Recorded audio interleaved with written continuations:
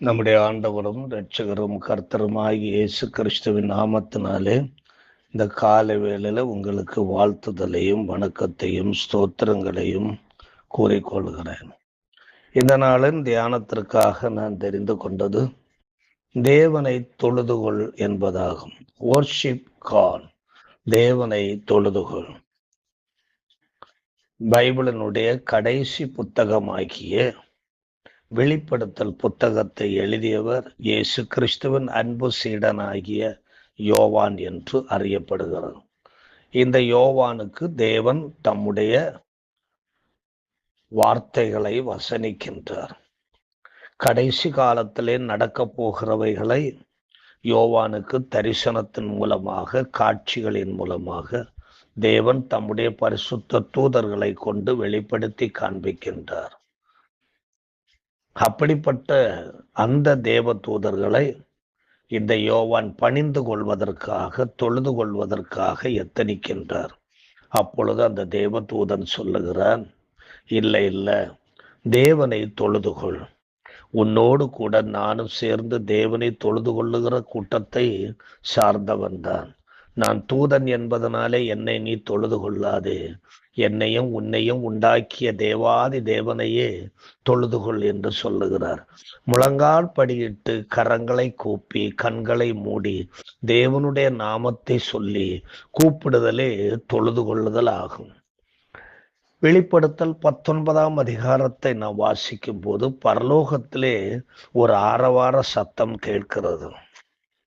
அந்த ஆரவார சத்தம் என்னவென்றால், அல்லேலூயா, இரட்சண்யமும் மகிமையும் கனமும் வல்லமையும் நம்முடைய தேவனாகிய கர்த்தருக்கே உரியது. அவருடைய நியாய தீர்ப்புகள் சத்தியமும் நீதியுமானவைகள். தன் வேசித்தனத்தினால் பூமியை கெடுத்த மகாவேசிக்கு அவர் நியாய தீர்ப்பு கொடுத்து தம்முடைய ஊழியக்காரரின் இரத்தத்திற்காக அவளிடத்தில் பழிவாங்கினாரே என்று சொல்லி அந்த சத்தம் உண்டாகும். அப்பொழுது 24 மூப்பர்களும் 4ஆம் வசனத்தை வாசிக்கிறோம். 4 ஜீவன்களும் வணக்கமாய் விழுந்து ஆமேன் அல்லேலூயா என்று சொல்லி சிங்காசனத்தின் மேல் வீற்றிருக்கும் தேவாதி தேவனை அவர்கள் தொழுது கொண்டார்கள் என்று சொல்லப்பட்டிருக்கிறது. அப்பொழுது சிங்காசனத்திலிருந்து ஒரு சத்தம் உண்டாகிறது. தேவனுடைய ஊழியக்காரரே, அவருக்கு பயப்படுகிற சிறியோரும் பெரியோரும் ஆனவர்களே, நீங்கள் யாவரும் அவரை துதியுங்கள் என்ற அந்த சத்தம் காணப்பட்டது. பிறகு இன்னொரு பெரிய சத்தம் உண்டாகுகிறது. 6ஆம் வசனம் மற்றும் 7, 8 வசனங்களை பார்க்கும் பொழுது, அல்லேலூயா, சர்வ வல்லமையுள்ள தேவனாகிய கர்த்தர் ஆச்சரியம் பண்ணுகிறார். நாம் சந்தோஷப்பட்டு களி கூர்ந்து அவருக்கு துதி செலுத்த கடவோம். ஆட்டுக்குட்டியானவருடைய கல்யாணம் வந்தது, அவருடைய மனைவி தன்னை ஆயத்தம் பண்ணினாள் என்று சொல்ல கேட்டேன். அப்பொழுது சுத்தமும் பிரகாசமுமான மெல்லிய வஸ்திரம் தரித்து கொள்ளும்படி அவளுக்கு அளிக்கப்பட்டது. அந்த மெல்லிய வஸ்திரம் பரிசுத்தவான்களுடைய நீதிகளே ஆகும். யோவானோடு பேசின தூதனை குறித்து 9ஆம் வசனத்துல பார்க்கிறோம்.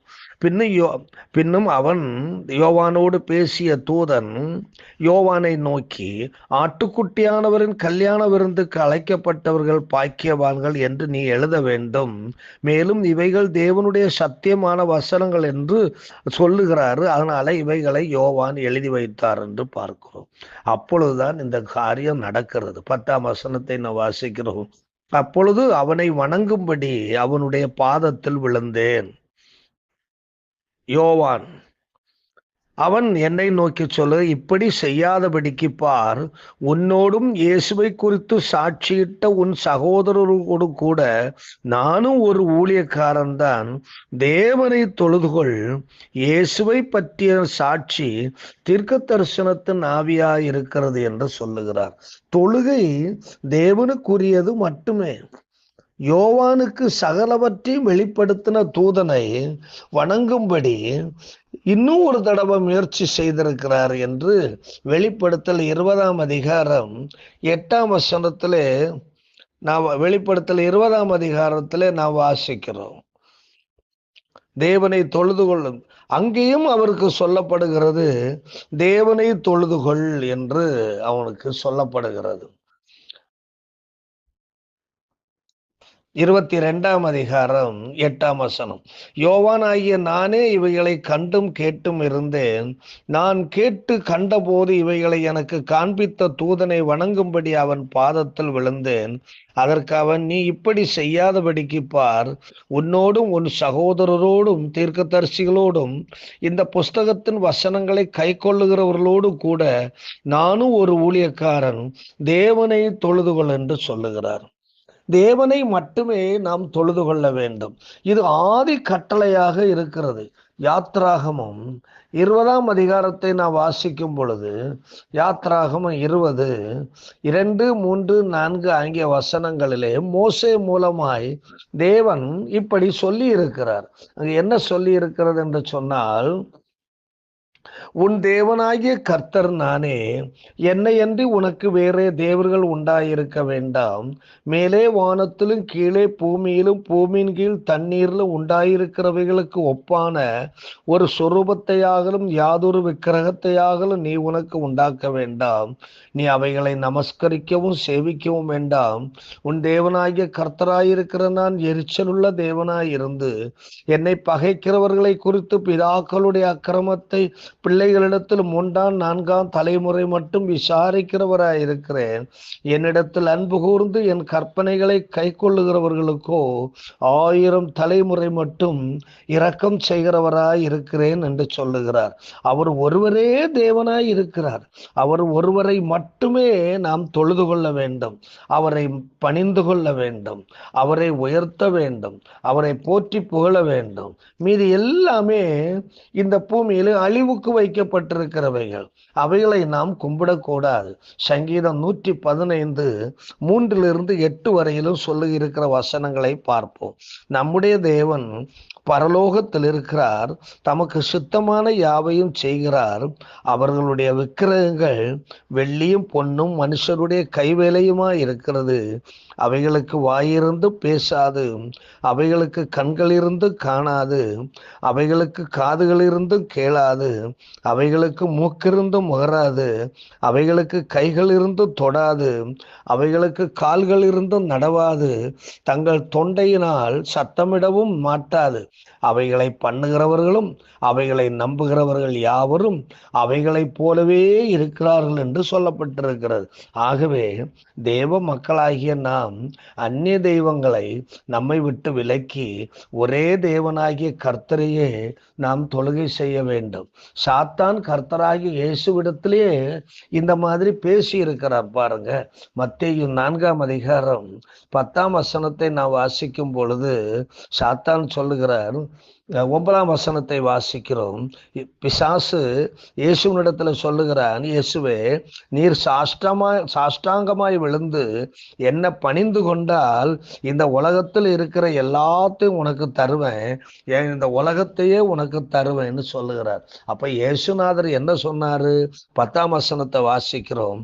இயேசு, அப்பாலே போ சாத்தானே, உன் தேவனாகிய கர்த்தரை பணிந்து கொண்டு அவர் ஒருவருக்கே ஆராதனை செய்வாயாக என்று எழுதியிருக்கிறது என்று சொன்னார்.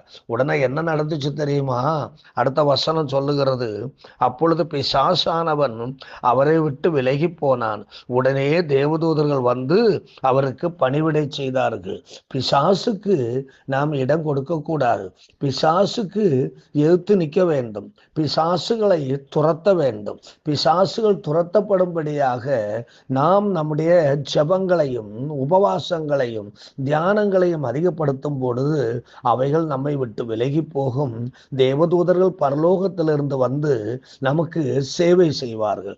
அன்பு நிறைந்த ஆண்டவரே, இந்த காலை வேளையில உமக்கு நாங்கள் ஸ்தோத்திரங்களை ஏறெடுக்கிறோம். உம்மை மட்டுமே நாங்கள் தொழுது கொள்வதற்கு ஆண்டவரே நாங்கள் தயார்படுத்தப்பட்டிருக்கிறோம். ஆண்டவரே, இந்த பூமியில உம்மை தொழுது கொள்ளுகிற கூட்டத்தோடு மட்டும்தான் நாங்கள் சேர வேண்டும். உம்மை தொழுது கொள்ளாத கூட்டங்களோடு நாங்கள் சேராதபடிக்கு மிகவும் எச்சரிக்கையாய் ஞானமாய் விவேகமாய் நடந்து கொள்ள கர்த்தாவே எங்களுக்கு உதவி செய்யும்படியாய் ஜெபிக்கிறோம். நீர் அப்படி செய்வதற்காய் உமக்கு ஸ்தோத்திரம். எல்லாவற்றையும் உம்முடைய பாதத்திலே நாங்கள் ஒப்புக் கொடுக்கிறோம். இயேசு கிறிஸ்துவின் மூலம் கேட்கிறோம். இரக்க நிறைந்த பரமபிதாவே, ஆமென். God bless you.